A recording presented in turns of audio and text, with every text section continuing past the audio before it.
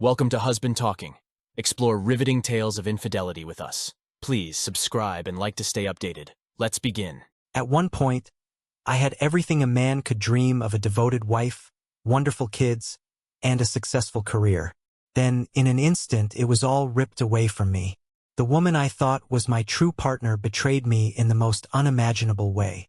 When I uncovered her affair, my entire life fell apart. I confronted the man she was involved with and gave him a stern warning: if you ever cause her pain or break her heart, I'll ensure you pay in ways you can't even begin to imagine. I have connections in this town, people who owe me. If you don't treat her well, I'll make sure your life ends both quickly and brutally. This is my story where love and hatred collide. Enjoy watching it. I'm Leo Miller, and for 19 years I was in jail for a crime I didn't commit. I was accused of killing 2 college girls. This tale is about how I found a new start after losing so much because of that wrong blame. I worked with machines, planning and setting up big machines for factories. I was married to Lily, a nurse. I loved her deeply, and we had twins, Noah and Sophia. They meant the world to me. Lily and I met in our first year of college and married right after we finished. We didn't plan it, but she got pregnant during our honeymoon. I was earning enough so she could stay at home with our kids, which meant we couldn't buy a house yet. We figured our kids mattered more and rented a home near my job outside Boston. My work made me travel. The twins were almost 3 when I had to go to the West Coast for a job. It was the last time I saw them as my kids. The day everything went wrong, I got up at 6 a.m. for my usual run. I left through a side door, ran by the river, and came back in through the front door around 7 a.m. My choice of doors turned out to be a big deal. The side door camera, which should have shown me leaving, didn't work. The front camera worked fine, so there was no video of me leaving, only coming back. After my run, I showered, ate breakfast, and went to get my rental car from the garage to head to the plant to keep working. To my shock, the car was gone. At first, I thought ID mixed up where ID parked it in the garage, but after checking each level, it was clear it wasn't there. I headed back inside the hotel and called the rental car service to check if they had taken it for some reason and to get the car details. Then I phoned the cops to let them know it was stolen. They told me to swing by when I could to give a report. I planned to go after sorting out the day's tasks at the job site. I didn't know then, but the car was found as a burnt-out wreck with 2 young women's bodies in the trunk, hidden between old warehouses in the city's industrial area, miles from my hotel. Knowing this wouldn't have changed how things ended for me, but it would have made me more wary talking to the cops. At the police station, I filled out a form about the stolen car using the details from the rental service. The rental folks came by, handed over a new car, and said they'd talk to my boss about the insurance stuff for the stolen one. I went back to my hotel, had dinner, and slept.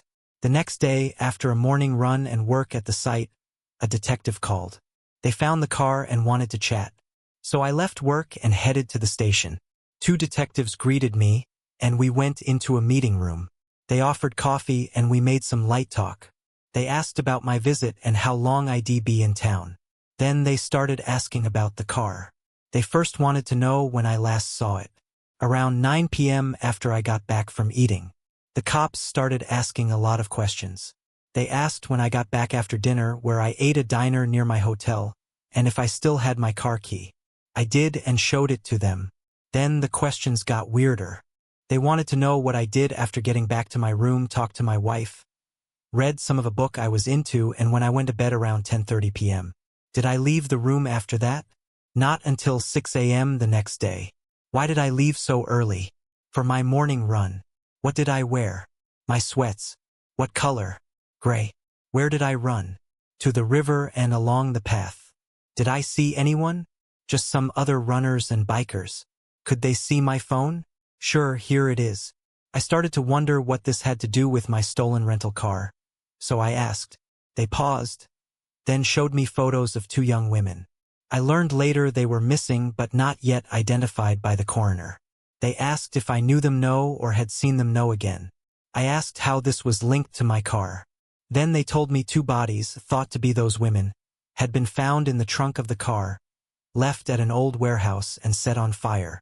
Someone in a hooded sweatshirt had been seen near there on camera.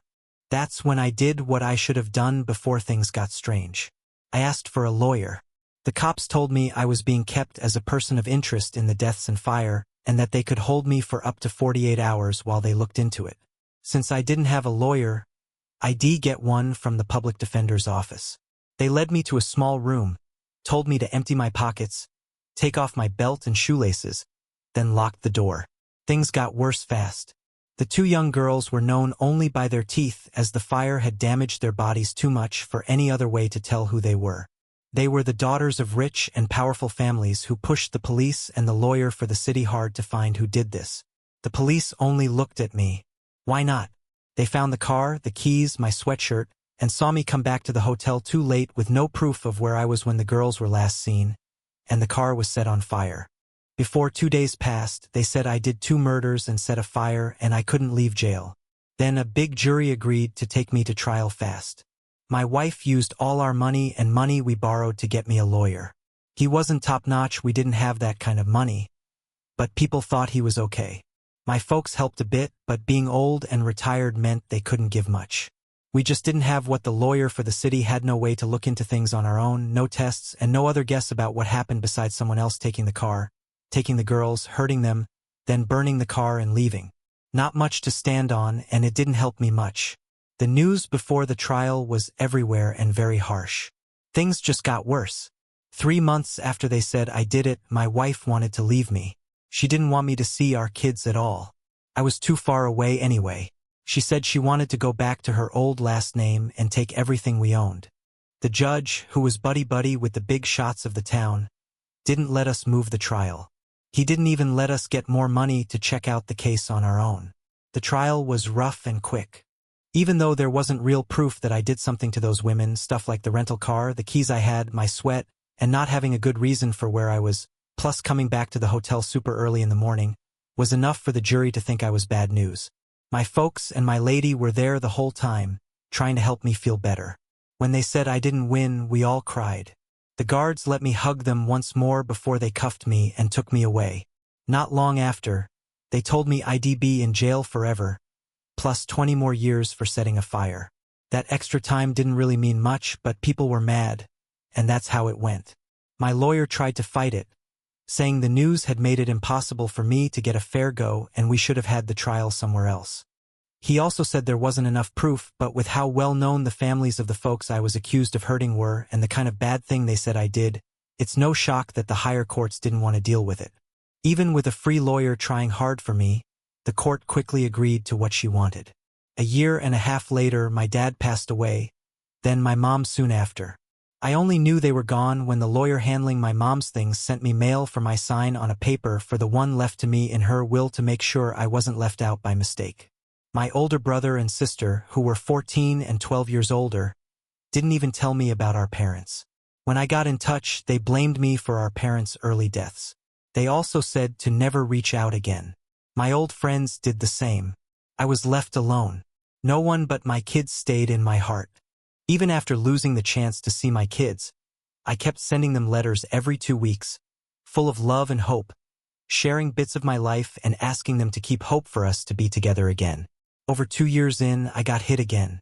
My ex-wife wanted to cut off all my rights to our kids and keep me from ever contacting them or her, saying she was going to marry a doctor she met at work who wanted to adopt my kids. The court said yes, even though my free lawyer fought hard. My only joy, my kids, were taken too. I thought about ending it all, but there was one small good thing in all my dark days in prison.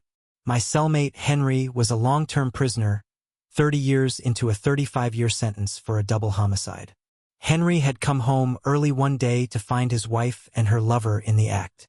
Enraged, he pulled a shotgun off the wall and killed both, then called the police to turn himself in.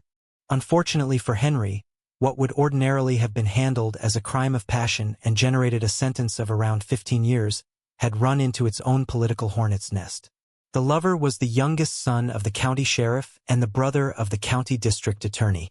They went for the maximum possible sentence, although the sentencing judge, at considerable risk to his own potential career advancement, had exercised a modicum of mercy by setting a sentence of a definitive period rather than life without parole. The brother had continued to rise in the political hierarchy of the state and was now a powerful state senator who chaired the committee that handled issues relating to prisons, probation, and parole matters. His political influence ensured that Henry would serve every single day of the 35 years. Henry actually believed me when I told him I had nothing to do with the crimes for which I'd been convicted. In a society like a prison, where everyone claims to be innocent but almost no one is, the truly innocent are a rare thing indeed. It is for good reason that most prisoners are cynical and skeptical when one of their fellow prisoners claims to have been railroaded. Nonetheless, Henry's considerable experience at listening to such tales had given him a fine sense of who was being truthful and who was blowing smoke, and he accepted that I fell into the former category rather than the latter. Because of his long incarceration, Henry had considerable influence among the inmates. He took me under his wing, teaching me how to survive, avoid conflict with other prisoners and the corrections officers, and maintain my sanity in a truly insane environment. He never had kids and told me right before he left jail for good that I was like the son he never had. Henry taught me how to work out, made sure I ate right. Jail food is bad and full of carbs, showed me how to talk to the guards, kept me safe from gangs looking for new members, and did everything he could to make time in jail a bit easier, if not nice. When he got out, he promised to stay in touch, and he did for 3 years until he passed away from cancer. When I found out, I cried for losing my only friend. I was all alone now. My new cellmate gave my time in jail a bit of meaning. Ethan was a 19-year-old from a tough area, in for 10 years for attacking someone and having a weapon. He tried to shoot someone from another gang selling on a corner that Ethan's gang thought was theirs. I kept writing to my kids every 2 weeks, even though I couldn't send the letters. I stored them in our cell's little space for personal stuff. By the time he got there, I had hundreds of pages, and after seeing me do this for months, he asked what I was doing.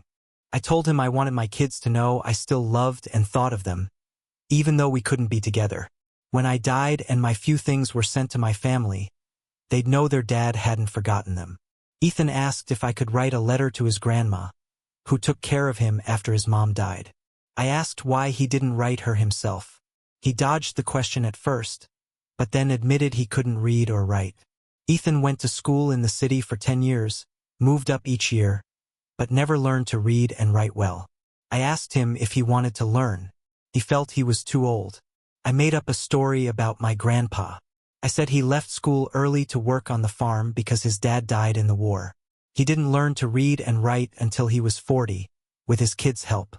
I told Ethan if my grandpa could do it, then he could do it now. And we started. Not knowing much doesn't mean you're not smart. Ethan wasn't educated, but he was smart. In less than a year, he read and wrote like a 6th grader. He wrote his first letter to his grandma, who was so happy and surprised she thanked me through Ethan. Ethan told his friends inside. At first, only a few asked for my help. I started teaching small groups which got bigger as more guys joined. Soon a guard asked me what I, a college guy, was doing with them. I explained. He told others, up to the deputy warden, who asked me what I got from hanging out with them. I said I wanted to use my time here to do something good. He didn't quite believe me but thought about getting books to help adults read. So my work grew from just Ethan to many, showing that learning can happen at any age or place, and that doing good can bring us together, even in unexpected ways. Leading gangs from all 3 big groups in the jail took note of me. This wasn't all good. The head of the African American group wanted to know my game. After a rough chat, he saw me as just another white helper, which he saw plenty of before. The prison had a big group who didn't like others not like them. They asked why I was helping the African Americans but not my own kind. I said no one from my group asked, but I was ready to start another class for them. Knowing mixing all in one class wouldn't work due to tension, the boss of the Hispanic group wondered when I'd do the same for his folks. He asked for classes in Spanish, which I couldn't do since I didn't speak Spanish, but I offered to teach English as a second language, leading to my 3rd class. This kept up for nearly 15 years. The second boss of the prison helped get a room and chairs for the classes, made the teaching my official job in jail, letting me earn a tiny bit 25 cents an hour for 9 hours every week. Class size changed over time, but I usually had 15 to 20 students in each group. Not everyone stayed or did well, though many did reach a high level like Ethan. Some even got to a 10th grade level. I was getting older, but most of my students were young, 19 to 25 years old, starting at very low reading levels. The prison got good words in the news for the program and even got money from the government to grow it to other jails in the state. Though I had no bright days ahead, I found a reason to live, making life a tad easier, if not joyful. Over 20 years had gone by in my cell when lucky breaks came my way, setting me free at last. The start was a small plane going from Palo Alto in Nevada to Key West that crashed. This plane was rented to take a bunch of rich folks from San Francisco to a golf game. One of the 6 on board was a rich man around 40, the last of 2 wealthy families from the Northeast. Before his death, no one knew this man, seen as a top catch in town, was really a cold-blooded killer. He had taken the lives of 2 young women I was blamed for. I won't give his name here. His death would mean nothing for me if not for his stash of keepsakes from his crimes, kept in a lower Manhattan storage spot. With him gone, no one paid for the space. 2 months after, the stuff inside was sold. A retired cop from San Francisco who liked to buy such storage stuff for fun won it. The place was tidy, with boxes of papers making it seem boring. Yet there were old papers worth a lot, stuff for museums into old history. These bits came down through his family to him. But there was more. I believe if anyone else had got that storage, I'd still be locked up. A retired cop who didn't want his name out there had been on the tail of many bad guys in his 30 years. He started to check what was in the locker. Deep inside, he found boxes within boxes, each marked with a number. In every small box, there were women's clothes, some jewels, and news cutouts about young women who had gone missing all over the place.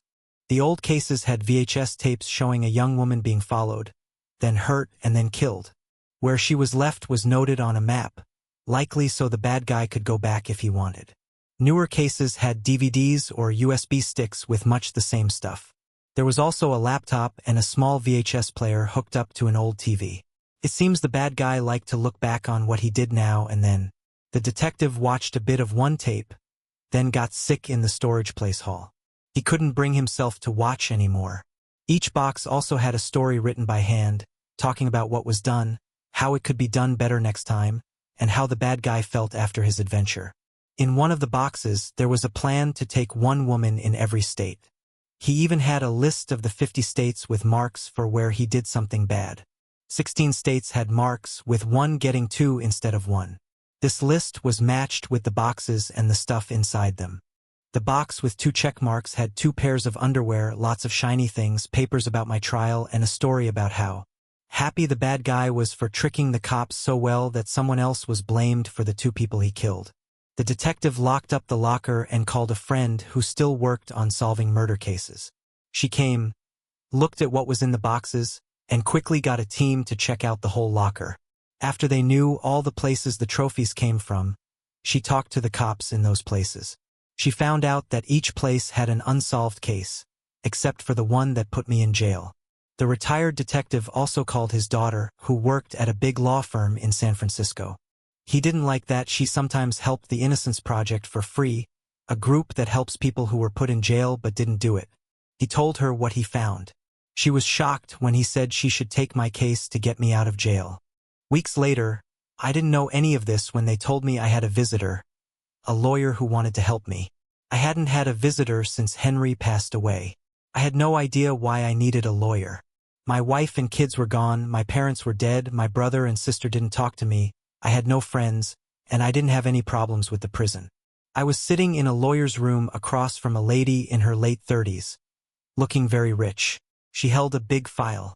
The lawyer, Jane Anderson, not her real name because she shares it with her dad, worked at a law firm in San Francisco City I hadn't heard of. She was from the Innocence Project and wanted me to make her my lawyer for a new appeal of my crime case. I remember what I said to her when she mentioned this. I said, "I don't get your plan or why you chose to mess with me. The meanest thing you can do to someone like me is pretend there's a chance to end this nightmare. I'm like a walking ghost here. They'll stay until I'm very sick and sent to a prison health home or I die. We both know it's too late for appeals, and without someone admitting they did the crimes and blamed for, no appeal will work. Why are you here?" I remember her answer too. "Funny you say that. We actually have someone who admitted to the crimes, not on tape but in writing. It's clear you didn't do it. Want to see? And she really had it. For the first time in years, I felt hope. I signed the papers she gave me and made her my lawyer. We looked through her file for more than 6 hours. I missed all my reading classes that day.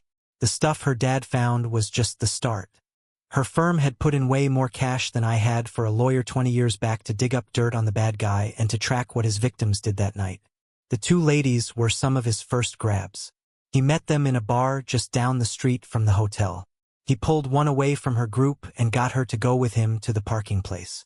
There he drugged her and put her in my rental car, which he picked because it had a rental logo and he thought the driver couldn't spot him or remember the plate. We never found out how he got in the car, but maybe he used a Slim Jim. He might have been trying to start the car without keys when the second lady, who saw her friend leave with him and followed, caught up. He drugged her too. Seems like the drug wasn't strong enough because she woke up as he was driving away from the city, heading to a lonely cabin he rented for his sick plan. He freaked out, stopped the car, and stopped her in some way. Worried she'd wake up before getting to the cabin. He drove to where he left both in the car's trunk and set it on fire. It's not clear from his tale if they were still alive or gone when he lit the fire. The firm's work showed that the original cops on the case stopped looking once they set their eyes on me. There's no sign they followed where the ladies went on their last day or talked to anyone who saw them with this bad guy. Once they pinned it on me, they didn't look anywhere else. The pressure from the families of the victims was so high that no one dared to suggest I might not be the killer. After nearly a year more and after 18 long years, 3 months and 17 days locked up, I was back in court, facing a judge. He told me they got it wrong, that I was now clear and my bad record would be wiped clean. He said that because of a lot of mistakes before where young guys like me were wrongly blamed, the state had put money aside. They'd give me $90,000 for each year I was locked up, adding up to $1.7 million. He said sorry for how much the system had messed up. He knew the money was not enough for the time I lost. He asked if I wanted to say anything before he ended the court. I looked at Jane. She nodded, telling me to speak up. Judge, I started, if I seem mad or hurt by what I'm about to say, it's with good reason. Your system took all that mattered from me and now acts like saying sorry and handing me a check makes it all okay. That's hard for me to accept. I kept going. Let me tell you what your mistake cost me. My wife, who I loved and saw growing old with, is gone. My kids, who were my whole world, are strangers to me. I wouldn't know them if we crossed paths. The one photo I have is so worn it's hardly there. I don't know where they are. Even if I found them, they wouldn't know me. Some other guy is their dad now. I missed their first school day, never played ball with my son or danced with my daughter. I missed their big games, their first crushes, their dances, their last days of school, and getting their big school papers at the end. They'll never get to walk my girl down the aisle or see my grandkids. My mom and dad left this world thinking I did something awful. I don't have a single picture or thing of theirs. I couldn't be there for my mom when my dad passed away, nor be by her side when it was her turn. I can't even visit their graves because I don't know where they rest. The rest of my family and all my pals left me behind. I lost a job I loved and a future that I'm sure would have been full of success and joy. I have nothing but this too big work suit from jail. I don't have a bank, a card to buy things, a license to drive, or a phone. I've nowhere to go after I walk out of here. My mind, my heart, and my soul will always carry these deep cuts. I stopped for a bit, took a big breath, and kept going. From what I see, no one in the system was ever called out or lost anything because of their mistakes. No one lost his job, had to give up his future money, got kicked out or was called out or found guilty for what they did wrong or faced any bad thing at all. Nobody who had a hand in my pain is here to say sorry to my face. Their names weren't pulled through the mud in the news for months. Nor have I heard a word about anyone trying to fix the system so this doesn't crash into someone else again. So when you say sorry, you have to get why I say sorry doesn't mean much to me at all. Check or no check, I need the money because I have to keep living. But unless you can give me back everything the system took from me, your I'm sorry means nothing. I can't take it or let go of my anger towards the system or anyone in it for what they did to me. The room stayed quiet for more than a minute after I was done. What I didn't know, a TV news crew was filming it all. It was going to lead that day's news in the city and spread fast on something Jane called social media. The judge looked at me, gave a slow nod as if he got what he heard, and then closed the court without more words. As I stepped out of the courthouse, there were news folks from TV and newspapers all wanting me to talk. I stood on the steps and asked for quiet. They'll say something short to the press and won't take questions later. Years ago, you guys rushed to judge me before my trial started. You made everyone think I was bad without trying to find out the truth. You only went with what you were told. You are the worst, and I wouldn't talk to you even if it could save the world or keep the sun shining. Come back when you've worked as hard to clear my name as you did to ruin it. But I know that won't happen, so I'm happy to say go to hell. After that, I took Jane's arm and we walked to the car waiting to take us away to start my new life. When a person is getting out of jail after a long time, there's a whole system to help them get used to the world again. They move to a place called a halfway house, get help with getting ID and paperwork they need, and talk to someone about getting back to normal life. None of this was given to me by the state, but I wasn't the first to be let out like this, and the Innocence Project knew what was needed to help me get back into the world. They helped me open a bank account, get a driver's license, find a home, and with advice from Jane, find a money advisor to help with my cash. Most key, they put me in a program for talking things out, which I went to 3 times a week. Jane kept in touch, calling me every month to a month and a half. 6 months after I got out, she rang with news she thought I'd like. When her company took my case, they also reached out to all the other victims' families of the bad guy. For them and for me, they sued the bad guy's money pile. The bad guy had a lot of money, and this money pile got bigger with cash from a deal with the plane makers, the plane service, and the plane flying company because of the plane crash. She got $2.5 million for each of the families and another $1.7 million for me. She wanted to ask me if she could tell my money guy to get the money wired to him. I said yes, thanked her for everything, and told my money guy to give $250,000 to the Innocence Project to help them keep going. I later learned from Jane's dad that my case and the lawsuit against the bad guy's money made the company enough cash for Jane to be made a top partner. A move I thought was well-deserved. My talk helper worked hard to help me fit back into the world. I had missed so much in the 19 years I was away. Tech had jumped far ahead. Cars were not the same. Talk of new things and fun left me feeling out of place. After months of work, she finally asked the big question. When will you try to talk to your kids and your brothers and sisters again? I don't know where they are. Have you tried looking? No, and I wouldn't even know where to begin. You know, some folks dig into stuff like this as their job. You've got the cash, you could pay one of them to search for you. I'm scared. Scared of what? Of losing the last bit of family I've got. You said you have no family. You were clear about that in court that day. I saw it on Facebook and I've seen it many times. Yes, I do have a family. In my mind and heart, I still have 2 little kids whom I love and who love me back. It's not a lot, but it's all I have and all I ever hope to have. If I try to meet them again and they don't want me, I'll lose the last small piece of myself. I don't think I could go on after that. She was quiet for a long while, just looking at me. Then she said in a low voice, "We'll talk about this later. Our time was up. Having so much money that you don't need to work can be bad as well as good, especially for someone who's lived a life with lots of rules for many years. For more time than I like to think about, I was told when to wake up, what to eat, where to be, when to sleep, and when to turn off the lights. Losing that routine was weird, to say the least. Thinking back on what Henry told me, I kept up with working out, but I then decided to join a gym. There was one nearby, part of a big national brand, not far from the smaller place I was staying in the suburbs. I started running there every day, lifting weights for long hours, then spending time on a bike or climbing steps on a machine before running back. After a while, some of the gym coaches started to give me tips on how to do my workouts better, telling me to not overdo it and to change up my routine to avoid getting hurt or too tired. After working out hard helped me sleep, I took their advice and tweaked my routine so I wouldn't hurt my joints or muscles too much. I worked out 5 to 6 hours each day. Over time, my body changed to show the effort I put in. I wasn't huge like those who use steroids, but I was lean with clear muscles and not much fat. Then one of the trainers came up to me and asked if I stretched or did yoga. She said I should try out a yoga class at 7 a.m. 6 days a week. I added this to my schedule as a warm-up before lifting weights, adding about 47 minutes to my day. To fit well since apart from therapy, all I did was work out, eat, sleep, and read. The morning classes on weekdays mostly had younger women in their 20s to 30s who were heading to work after. Sundays felt different. The women were a bit older, mostly in their 30s and 40s. The teacher called Sunday the soccer mom class. I asked her what that meant one day.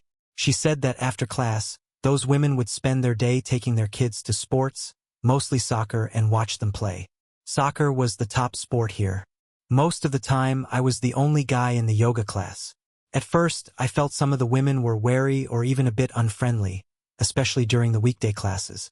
To avoid any complaints, I stayed in the front corner so no one could say I was there for the wrong reasons. After losing my family and living without dating for over 19 years with only men, I hadn't thought about going out with anyone, especially not someone as young as my daughter, no matter how good-looking. The soccer mom group got friendlier over time. Once they saw I kept coming to class, they started saying hi and bye just like they did to each other. Now and then, one of them would chat with me for a bit about simple stuff like the weather or gym gossip. I was nice but kept my space since I didn't want to step on toes or feel awkward. I noticed some moms wore rings showing they were married, and I was extra cautious around them. About 30 women usually came to the Sunday classes. Even though everyone typically spread out based on when they arrived, a group of 5 women, all in their late 30s or early 40s, often made sure they were near me. They were pretty, not super fit like the younger women in the weekday classes, but they looked good and dressed well in fancy workout clothes. They usually came and left as a group. Because they stood close to me, I ended up talking to them more than 2 other women in the class. Over time, I saw that all but one of them wore a wedding ring. One rainy Sunday, after about 7 months of me going to the class, 2 of the women came up to me. They said their kids' games were canceled due to the rain. The 5 women were going for coffee and wanted me to come along. When they asked me to join them, I must have looked scared because they laughed and said I'd be okay, that there was nothing to be afraid of. They just liked talking to me and wanted to know more about me, especially since the gym folks, who usually know a lot about everyone, only knew that I spent a lot of time working out. They just wanted to chat more. I hadn't really talked much with a woman since I had to go to court. My talks with women were either for work, Jane, my helper, and the team trying to help me get back to normal life, or just quick talks like with store workers, the DMV lady, bank folks, gym staff. I said I couldn't go because I ran to the gym and didn't have a car, but they said one of them would drive me and make sure I got back in time for my gym stuff. They just wanted an hour to chat more. It had been so long since I talked with women, I missed the clues. If I had been paying attention, I would have seen they thought I might be a good match for their friend who wasn't married. They were going to see if I was a good fit for her. They took me by the arms, led me to one of their cars, and we went to the coffee place. When we got there, the 3 women who left first were sitting at a round table. I had met them before, but names are hard for me, so I made sure to learn them again. The 2 who brought me put me next to their friend who wasn't married. She said her name was Antonia, but to call her Ava. Then the 4 women who were married started to ask me a lot of questions. My guide had been trying hard to get me to share more when we talked, and I tried my best to be open about my life now. But when they asked about my past, I twist the question or asked them one instead. They figured out I was in my late 40s, alone, not seeing anyone, had enough money, and knew enough to fit in with their friends. When they felt done, they all left one by one, saying they had stuff to do or kids to take care of, leaving me with Ava. When the last person left, I got up to go too. I told Ava, "I bet you're busy, I should go. Thanks for pulling me out of my same old, same old." She touched my arm then, the first time a woman did that in a long, long time. "Wait a bit, please. My friends can be a lot. I'm sorry if they were too much. That's on me. They've been trying to find someone for me since my marriage ended." I said you seemed cool, and suddenly they had this plan to bring you here from the gym to meet me. My ex has the kids this weekend, so I'm free. If it's okay, I'd like to hear more about you. Then she let go of my arm and looked at me, her eyes a bit wet. "Okay, I can stay. The gym's open till 8 tonight, so I can work out later or even on Sunday." And we started talking, which went on for about 3 hours. After being the focus of the group for an hour, I turned our talk to Ava. She had said before she was divorced. I found Out she had 2 kids, an 8-year-old girl named Henribai and a 5-year-old boy named Lucas. She worked as a physician's assistant at a clinic the local hospital owned. Her ex was a lawyer in a big law office in Boston. They split when she found out he was with someone else from his work, and then he married that person after they got divorced. He got to be with the kids every other weekend and half the summer, but often he would leave them with his parents or his new wife, who was having their first baby. He gave her a lot of money for the kids and herself so Ava and the kids could stay in the nice house they had before. She loved to be outside, walking in the woods and riding bikes. Then Ava asked me why I was still on my own. I said, "It's a long story I didn't want to dive into until we knew each other better. I promised it wasn't because I had something bad to hide, just that it hurt to talk about. I'd rather not go there unless we were going to meet up again after today." She looked at me and asked, "Does this mean you'd think about doing this again?" "I might," I said, "if you're up for it. But you should know I'm not doing great. I'm talking to a helper a lot to work through my stuff. I'm not ready for someone new until I figure things out. Could take a long time. I wouldn't want to hold you back if you met someone since I can't be sure it'll get better soon." She thought for a bit, then said, "How about we try in 2 weeks? My kids will be with their dad again, and it'll make time so we can chat. If it's nice out, we could walk by the canal in New Hope and grab lunch." I said that sounded good. We swapped numbers. Then she gave me a quick hug and we walked to her car. She was taking me back to the gym so I could finally work out. About 15 minutes into our talk at counseling after my coffee time with the group, my counselor stopped and looked at me. "Did something happen this weekend? You seem different, more chilled out, not so sharp, and you're kind of talking about stuff you didn't want to touch before." I shared about being pulled from the gym by the group of 5 and talking a lot with Ava. "You like her," she said. "She's the first woman you've talked about meeting socially since we started these sessions. Will you see her again?" "Well, I see her most Sundays at gym yoga. We grabbed coffee with the group, and she had extra time." "That's it. You're not good at hiding things. You try to change the subject when it's something you don't want to dive into. There's more to this than just coffee and yoga, right? So I'm asking again, will you see her?" "Well, we talked about maybe getting coffee next weekend. She doesn't have her kids. Maybe walk the canal towpath in New Hope. She likes walking. We might grab lunch too. Does she know about your past?" "No. I just said I had some big emotional stuff and was getting help." "When will you tell her?" "That depends. Maybe never. I'd only share that with someone if things got real serious. Right now, I don't know where this will go. You know how mixed up I am. Would you want someone close to you like me as I am now?" "Good point. We'll come back to this in a few weeks. Now let's tackle the other big thing you're dodging." So she kept on pushing me about finding and talking to my kids and my brothers and sisters again. It took a lot of back and forth talk and even a call from Jane before I said yes to getting a private eye to look for where my parents were buried and to find my brothers, sisters, and my kids.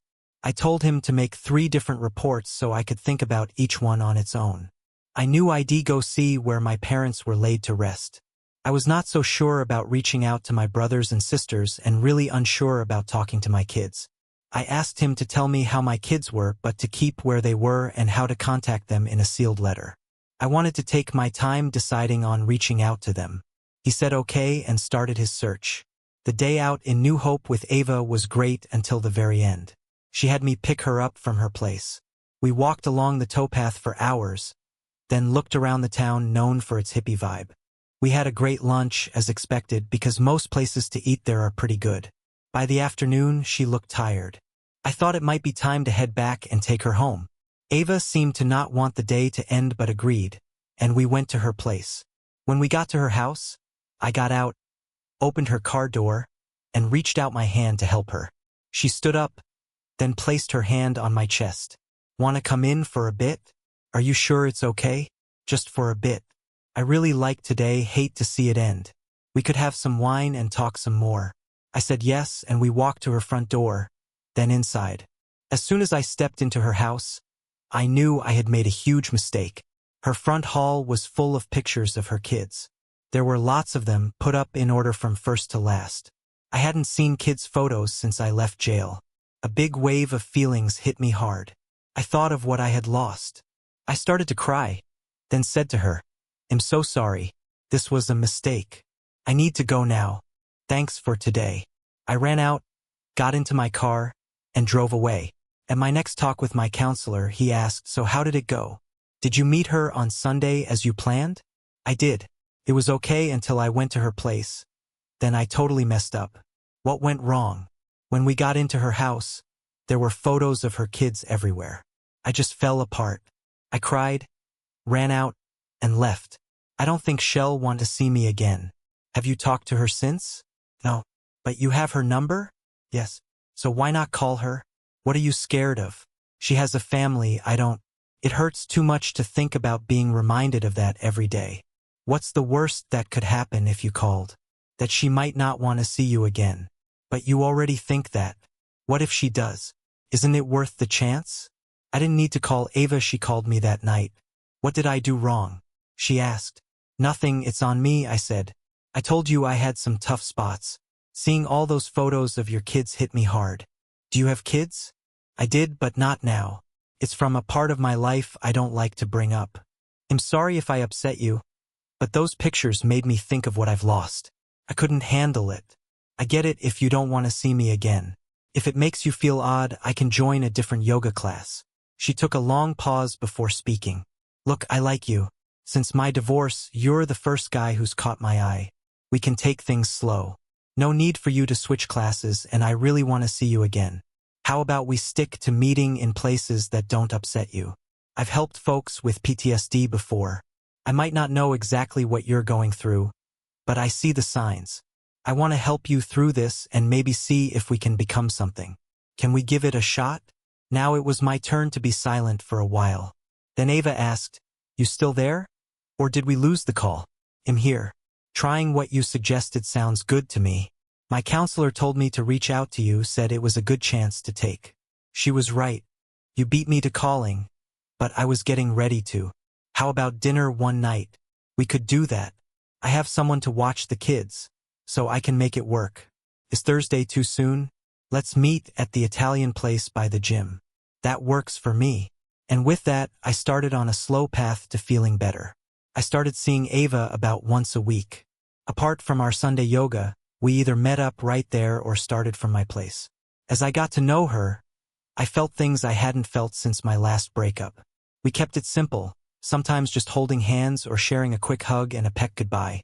Ava's friends kept telling her to get closer with me faster, but she felt I wasn't ready for that step and let me go at my slow pace. I hadn't met her kids, nor did she tell them about me. They knew she was seeing someone but didn't ask much. To them, I was just a guy their mom knew, someone who wouldn't matter much to them. Our slow-moving start of a relationship might have kept on like that. But then the internet played its part. Back when I started my time in jail, the internet was mostly for work and was slow. I hardly used it except for emails and didn't miss it when I was locked away. After getting out and moving into my apartment, I didn't bother with a phone line, TV, or internet. I didn't have a computer and used my cell phone just for calls. If I needed something from the internet, I'd go to the public library where I often went to read. My talk to the judge had gotten on the local news and then onto social media. I didn't really know what that meant and didn't ask Jane or anyone. My rant at the news folks outside the courthouse had also gotten online, filmed by someone there. I had no clue stuff like that could spread. When I did it, I was Matthew Turner before jail. When I got out, I changed to Leo Miller to keep a low profile, and folks in my new life called me Jake. I sometimes grabbed coffee with Ava and her friends after class on Sundays.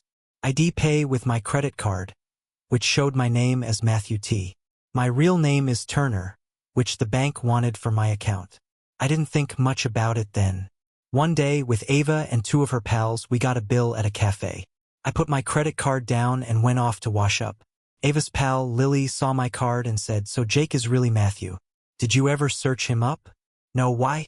"Just to see what you can find. He'll tell me what I need to know when he's ready." "Well, you should. If not, I will." "Don't do that. Jake wouldn't like that. It's like snooping around. I don't want to upset him." After I came back, I tipped, signed the bill, and we left. Little did I know my past was about to catch up with me. Next weekend, Ava's gang waited for me outside the yoga place. Before any hellos, Lily burst out, "Jake, we're really sorry. Is Ava okay? Yes, said Lily, your card name showed Jake wasn't your real name. You're always quiet about your past. So I got curious and looked you up. I found out about your lost family and the tough times you've had in jail. You learn to cool your anger. If you don't, it's trouble and you miss what's happening around you. This can lead to hurt. Henry, my cellmate back then, spent a long time teaching me to handle my fury, but I lost it. You Snoopy pest. From the start, when you first took me out for coffee, I told you there were parts of my life I don't talk about that were off limits. Who else did you tell? Just the other women. Ava too? No, she asked me not to. She's going to be really mad at me for doing it. Then hear me well. If you or any of the others tell someone else, I will hurt you in ways you can't even think of. I mean it, not to your husbands, not to your pals, not to your priest, not to your therapist, and for sure not Ava. I'm out of here now. I'm done. I don't want to see any of you again. With that, I tossed my yoga mat into the corner of the room and left the gym in a huff. As I was going out, Ava was walking in. She saw I was mad. Jake, what's up? Where are you off to? With the coldest voice I had, I said, ask your damn friends. Then I went for a run that lasted a long, long time. When I got back from running, Ava was waiting on the steps of my apartment building. I could see she had cried. Did they tell you? I asked. Lily told me she dug up stuff from your past, the bit you don't want to talk about. She said when she told you, you got really mad and threatened her. I did, and I wish I hadn't. Did she tell you what she found? No, she didn't, and I didn't want to know. You said you'd tell me when ready, and I'm okay to wait. Then why are you here? Because I wanted you to know I wasn't part of this, she said. Last week, she said she might do it, and I told her not to, but she did anyway. Look, Ava, they're your friends. They've been with you for years. I'm not sure what I am. I don't want you to have to pick between them and me, but I can't be around them or talk to them anymore. They went behind my back and let me down. I can't stick with folks I don't trust. Got it? Can I come in, though? Ava had been over at my place a few times, mostly to use the bathroom before or after we hung out. I told her to grab a seat and feel at home. There was wine and beer in the fridge she could help herself to. I'd be back in a bit after a quick shower. When I returned to the living room, Ava was on one end of the couch, wine in hand, and had poured one for me too, placed on the coffee table. She kicked off. Is it time we chat about what's from your past that's holding you back? I stared at her for a while, then I spilled it all. I started with my college days, then on to my marriage, the kids, the conviction, the divorce, losing my folks, getting ditched by my siblings and pals, losing my rights to see my kids, the restraining order, my time in jail, the lucky break when they found the evidence clearing my name, getting out of jail, the money I got for being locked up by mistake and from the bad guy stuff, the program helping me adjust back into a changed world, and the letters I kept sending to my kids every 2 weeks. She wondered if I'd found where my parents were buried or got in touch with my siblings or kids. I told her I hired someone to dig up info. He found where my parents were laid to rest, which I visited, gave me my siblings' addresses, and had a separate file on my kids that I hadn't opened yet on my desk. Then she asked, did you reach out to your brother and sister? I sent them letters a while back, telling them a bit of what went down. I asked for photos of my dad and mom and something of theirs to keep, but haven't heard back yet. What's up with your kids? I had the detective split his findings into 2 parts. I read the bit that talks about how they're getting on. Both are doing good. Sophia's a lawyer and Noah's a doctor. Sophia got hitched to someone she met in school for law. Noah's seeing another doc. None have kids yet. I haven't opened the bit that tells me where they are, how to catch them, or what their last names turned into. Stuff about my ex is in the bit I haven't yet looked at. I'm stuck on what to do next.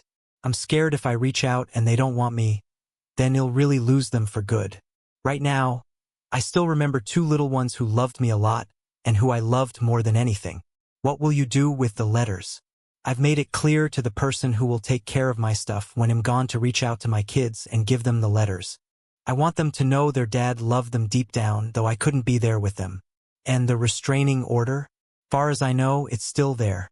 After being locked up, I'm not keen on going back, and breaking that order could do just that. Ever thought about getting it thrown out? It was set because of a wrong call by the courts, thinking you weren't good for the kids. Now that you're cleared, you're not behind bars. Wouldn't that mean ID have to talk to my ex and the kids? They're the ones it's protecting from me. It'd be like tearing open that envelope over there. My ex and I still talk, even though he messed up. He owes me a few. How about we get someone to look into it for you? They could explain what needs to be done to stop the order so you can decide. I need to think on it. Too many people know my story now. Adding more, even lawyers, isn't what I want right now. Where did you put the letters to your kids? I nodded towards a shelf by my desk. Over there. Can I read them? Why? We can't move forward unless I get how much you've been hurt and how you've lost. Reading the letters might help me get it. They might help you decide what to do next. Alright, some are pretty dark. The newer ones are lighter, especially the ones where I talk about you. From what you've shared today, I'm not shocked. I've seen tough stuff as a PA. I think I can handle what's in there. Your call. If you think it helps, go ahead. But don't be shocked if you wish you hadn't. After I finished, Ava did something new. She got up, came over, sat on me, hugged me, and rested her head on me. She stayed silent, just holding me. I don't know how long she was there. I was so tired from running and from sharing my story, I fell asleep with her on me, both of us holding each other. When I woke up later, she was at my desk looking at a letter book. She glanced at me. Leo Miller, this is the biggest love story I've ever seen. No one has ever shown me love like these letters show your love for your kids. I love my kids so much, but I can't show it like you do in these letters to Sophia and Noah. You got to let them read these now while you're here, not when you're gone. I wish my ex felt just a bit of the love for Henribai and Lucas that you have for your kids. Even though it's been years since you've seen them. Please don't hide your feelings from them. Then she said something I didn't expect. Haven't told you 'cause I was scared. But I love you, Jake. After reading your letters, all my doubts went away. I don't know any man with a heart as big as yours. If I could have just a little bit of that love, I'd be the happiest woman. I'm not saying this to push you or make you say something back. I just want you to know you're not alone. Someone loves you and wants to be with you fully. Ava, I'm a mess, the worst kind that's not locked up. I'm trying to fix my life, but I can't be sure it'll ever be good enough for anyone to share. My counselor could tell you how broken I am, maybe even more than I know myself. Do you really want to take that risk with someone like me? Do you want your kids to deal with my issues? If it comes down to it, would you pick me over your friends? You've known me a few months, them for years. They help you stand. And what about your ex? It's one thing to have him take me as a client, but to have me around his kids? Are you ready for that kind of risk for someone like me? She just looked at me, quiet for what felt like forever. Then she got up, moved to me, hugged me tight and said, "Yes, I am. You are worth it all and more."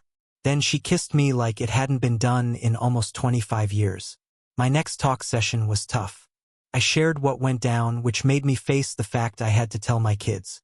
She said, "If you want to work with Ava, you need to deal with this. It's still bugging you and stops you from fully loving again. She loves you, she's told you, and better, she's shown it.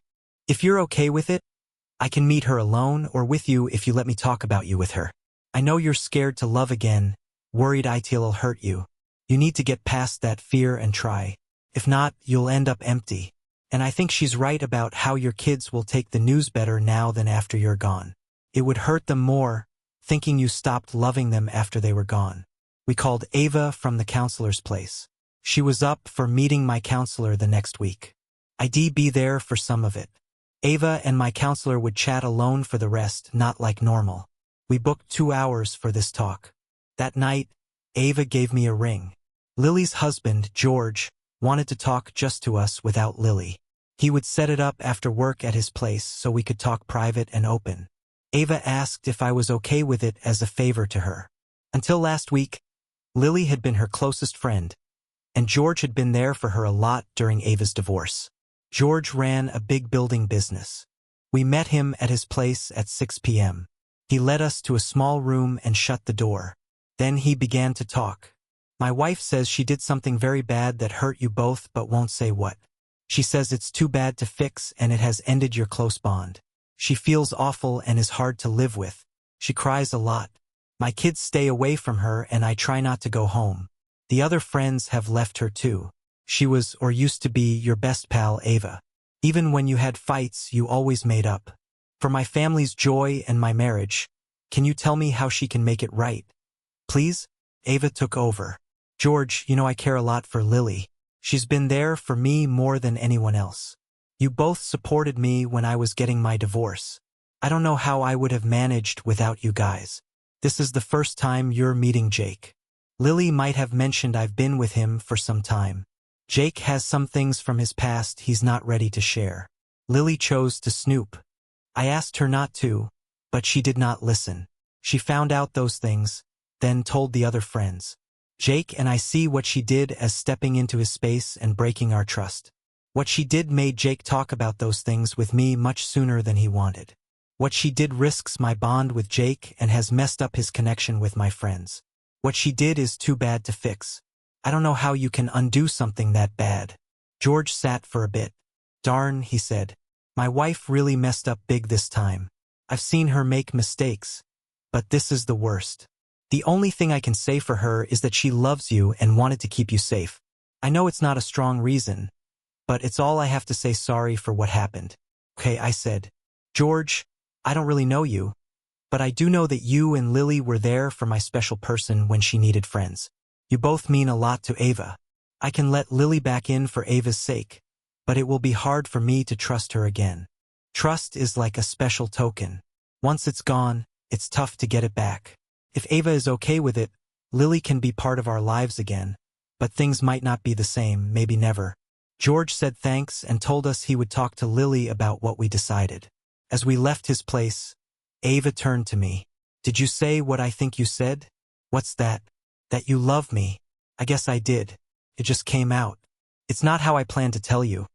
But yes, Ava, I think I love you. It's a big deal for me and we'll have a lot to talk about in therapy next week. But maybe we start thinking about our future. Then I hugged her and we kissed. Felt right. We kissed again and walked to the car, ready to head back to my place. In our therapy session, it got real interesting. We shared our love news and our therapist was super happy. When we said Ava read some of my letters to my kids, she couldn't believe it. Ava, you've done what I couldn't in a year. You've got through to Jake in a big way. Ava and the counselor talked for a long time, more than an hour. They planned. When they were done, they called me back. Ava spoke first. Jake, can I ask my ex to see about lifting the restraining order? It doesn't mean you have to talk to your kids right away. Just means you can when you're ready. I said yes, and the next day, Ava talked to her ex, David, to start the legal stuff. I still didn't want to open the last letter from the private eye, so I gave David the PI's contact info and said he could get the report from him to help with the court stuff. I met David a few days later. He was kind, more than I thought, given I was Ava's new guy. He told me how to get the restraining order lifted. He would write to the court that made the order, telling them the original reasons for the order were wrong. This was something we didn't know was wrong until many years later. He would then tell Hannah, Sophia, and Noah about it. They could say they didn't agree if they wanted. I'd have to talk in court and show the papers that proved I was cleared. If they didn't show up, the court would just agree to lift the order. Even if they showed up to fight the order, David felt sure we'd win. The order was based on wrong facts, and we had a ton of proof that a big mistake had hurt me a lot. I asked him about getting my parental rights back. He was straight with me, saying it was pretty much impossible. The time to appeal had passed long ago. The kids had been adopted by another guy, and it was too late to challenge that too. I expected this, but it still made me sad.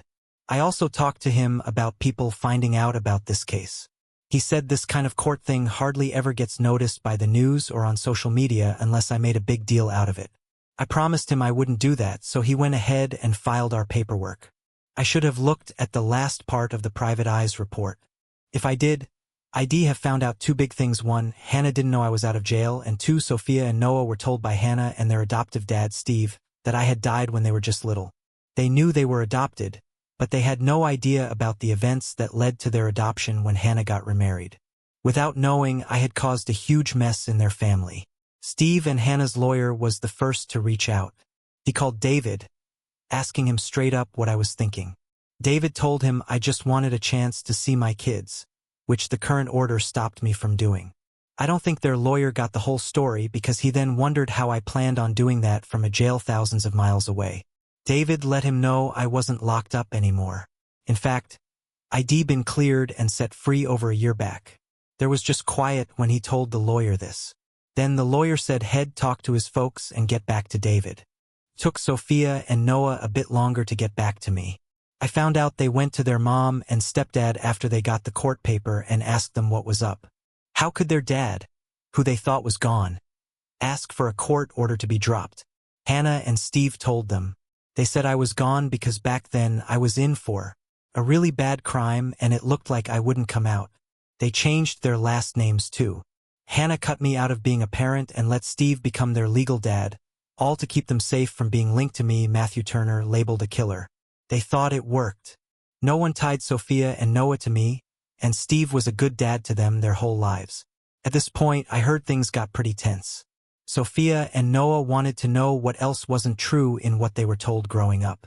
The talk went downhill from there, and Sophia and Noah left their parents' place mad.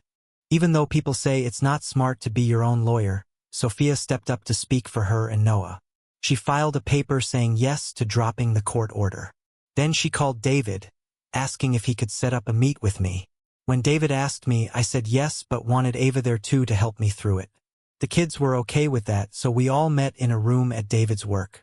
David brought Ava and me to Sophia and Noah, then left so we could talk honestly with each other. At first, talking was hard. The kids wanted to know the full story, so I told them all about my troubles. I mentioned the many letters I wrote to them. They were curious if I still had them and wanted to read them. I said yes. I had over 500 letters kept in big binders at my place. They could see them and even make copies. They wondered why it took me so long to reach out after I got out. I explained I didn't know where they were or their names and shared how scared I was of being turned away. At that point, Ava held my hand and they noticed. When they asked about Ava, I told them she was my girlfriend, and they seemed okay with that. Then I asked about their mom and how she reacted to me being free and cleared of blame. They shared the tough talk they had with Hannah and Steve and how finding out their parents' secrets strained their relationship. I urged them not to hold it against Hannah or Steve or let it hurt their strong family bond, mentioning how losing a child's love hurts deeply. Their choices, I said, were made with good hearts using the info they had then. Sophia and Noah agreed to think about what I said and talk to their parents again. I gave them my address and phone number, telling them to call or visit after they had time to think about our talk. I also promised to get the letters copied for them so they could read them when they wanted. After they left, David came in to check how it went.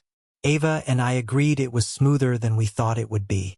There might be a chance for me to be close to my kids after all.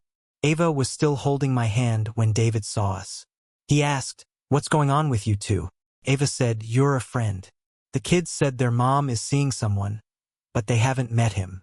He looked at me, saying, "Are you just friends? Or are you two together?" I answered, "You might have guessed I've got a lot of stuff to work through because of stuff that happened over the last 20 years or so. I met Ava at a gym and we clicked. We've been hanging out, and yes, you could say we're in a relationship. It's kind of new and shaky, but we think we're falling for each other, and we're trying to make it more serious. Because of my past and the hurt it brings, I've stayed away from your kids. I didn't want to get close to them if things with Ava and me didn't work out. But after today, if you're okay with it and Ava agrees, I'd like to meet Henry and Lucas and start to get to know them. Thinking about going to their soccer game. I never saw Sophia or Noah play, and I'd like to just enjoy the game. Also, if I'm going to be with Ava long-term, I should get to know Henry and Lucas. I don't want to take your place, but maybe be like an uncle to them. Meeting at a soccer game seems like a good, easy way to do that. David said he was okay with me meeting his kids and liked the soccer game idea. Ava thanked him for everything and then left to freshen up. When she was gone, David told me, "I know I'm not her husband anymore, and I lost her because I cheated, but I still have deep feelings for Ava. She's the mom of our kids. You seem to really like her, and it's clear she feels the same about you, but you got to know if you hurt her or break her heart, they'll make you regret it. I know a lot of folks around here, and some owe me big. I won't hesitate to call in those favors to make your life tough and maybe even cut it short if you don't treat her right. With that, he shook my hand and left the room. The next Sunday, I found myself at the local soccer field. The little kids, aged 5 and 6, were fun to watch. It was mostly just a goalie at each end and a big group of them around the ball, which would sometimes pop out, and then all of them would run after it. Henry Bye's team, the 7- and 8-year-olds, knew the game better. They kept to their spots and passed the ball around. They looked pretty skilled, especially since they'd only been playing for a couple of years. I spent a lot of time just holding Ava's hand on the sidelines. The other parents kind of looked at us, wondering who I was, but they mostly seemed okay with the idea that Ava might be seeing someone new. When the games were over, Ava introduced me to Henry Bye and Lucas. I got down on their level, shook their hands, and said I was really happy to meet them. Then I said, I know we've just met, but I've known your mom for a bit. I'd like to be her boyfriend. Is that cool with you? Lucas just said yes and took off for his drink and snack. Henry Bye took a moment longer. She looked at her mom, then back at me and said, I think you already are and you have been for some time. Then she took off too. We'll need to keep an eye on that one. She notices a lot for someone so young. I made copies of lots of letters and sent them to Sophia and Noah. About a month later, they called me to talk more. I said, let's eat dinner, and told them to bring their loves. Ava said her place was free when the kids were with David. It was nice to meet Sophia's man and Noah's girl. Sophia and her man were really into each other. Noah and his girl too were all about love. I asked how they were with Steve and Hannah. Sadly, they hadn't talked to them since our last meet at David's place. I got a bit firm and said, come with me now. I took them to Ava's office and shut the door. Sit down, both of you. Hear me out. What you're doing is not okay. Hannah is your mom. Steve has been like a dad for over 20 years. They love you so much. What they did was to keep you safe.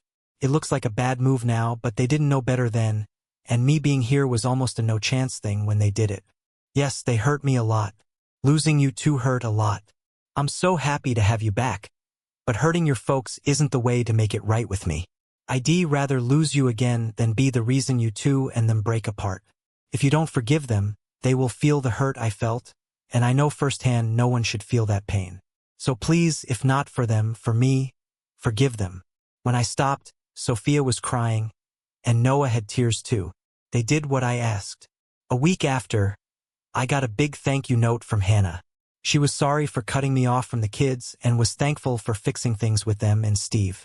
We wouldn't be close friends, but since the kids wanted me around, we'd see each other at family meets and be okay with it. The next week, after meeting Henry Bye and Lucas, Ava and I got closer in a way we hadn't before. I wish I could say it was amazing from the start, but no, it was more like two kids unsure of what to do for the first time. Ava hadn't been with anyone for 3 years, and me, well, over 20 years. That's not the best start for a wow time, but good news, we were up for talking about it, getting better, and we had lots of time to practice, and wow, did things get better with some work. I asked Ava to make things right with Lily, and we all went back to yoga on Sundays. After Ava and I got together, I was in with the yoga group's partners. I got along with all the guys, but George was the one I clicked with the most. Lily and I were okay now, but she kept her distance in yoga and at get-togethers. She took my past upset pretty seriously. Since I didn't need a job because of my investments, I could spend lots of time with Henry Bye and Lucas after school. Ava got Lucas into t-ball, which meant lots of hitting practice and catch. The day of Henry Bye's special dance with her dad, David's wife had their baby, so I went with Henry Bye instead. I think I was the most moved dad dancing that night. My tale really got to David. He's way more into Henry Bye and Lucas now than back when he was with Ava. People say he's also more there for his new wife and baby than he was for Ava. I'm glad he picked up something from what I went through. I'm thankful to him for helping me get back with Sophia and Noah. I won't tell him or Ava, but his messing up with Ava meant she could be with me, which I'm also thankful for. Half a year after first meeting Henry Bye and Lucas, I ended up being a soccer dad on a day Ava couldn't take them to their games. After the games, I took them for fast food. As we sat eating, Henry Bye asked, "Will you marry our mommy? I really want to. Would you two be okay with that?" Henry Bye said, "Mommy's happy when you're around. I think she loves you. We like you. It's fun to play with you, and marrying mommy means we'd have 2 dads and 2 moms. That would be cool. So I said, if I ask your mommy to marry me and she says yes, you're okay with it? Both Henribai and Lucas said yes. The next day I got a ring. That Sunday night, I took Ava to our top spot to eat. We had a great meal. We don't usually do dessert, but I pushed for it this time. The server brought it on a covered dish, and when she took the cover off, she put the plate with the ring in front of Ava.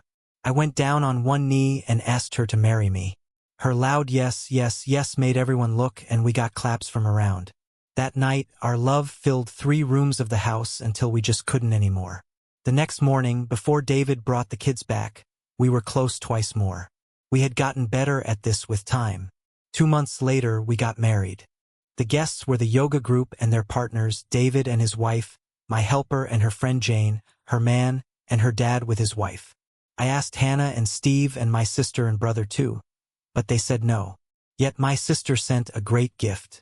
She loves making scrapbooks and made one about our family going back to my grandparents and up to my parents' last days. It's very special to me next to letters I wrote to Noah and Sophia. Seeing how much I liked the book my sister made, Noah and Sophia made one for me too about their lives till we met again. We looked at it for hours and they told me all about the pictures. I had missed a lot, but this book felt like I was there with them. Just before we got married, Ava talked about having a baby. She really wanted one, and I did too, but was worried I was too old at almost 50. We talked a lot and decided to try for a baby right after getting married. Ava stopped her pills, and 10 months later, she had twin boys. We named one Samuel for the man who helped me in prison, and the other William for Ava's dad. My life has been like 2 different stories. One stopped when the other started when I met Ava. The first was full of loss. Ava gave me back so much and helped me connect with my kids again. With her, I've started anew, and am grateful for the second life every minute of every day. Thanks for watching Leo Miller's story of loss, redemption, and rebuilding life after a wrongful conviction. What would you do in his shoes? Fight for justice or try to move on? Let us know in the comments. Don't forget to like, subscribe, and hit the bell for more stories like this. See you next time.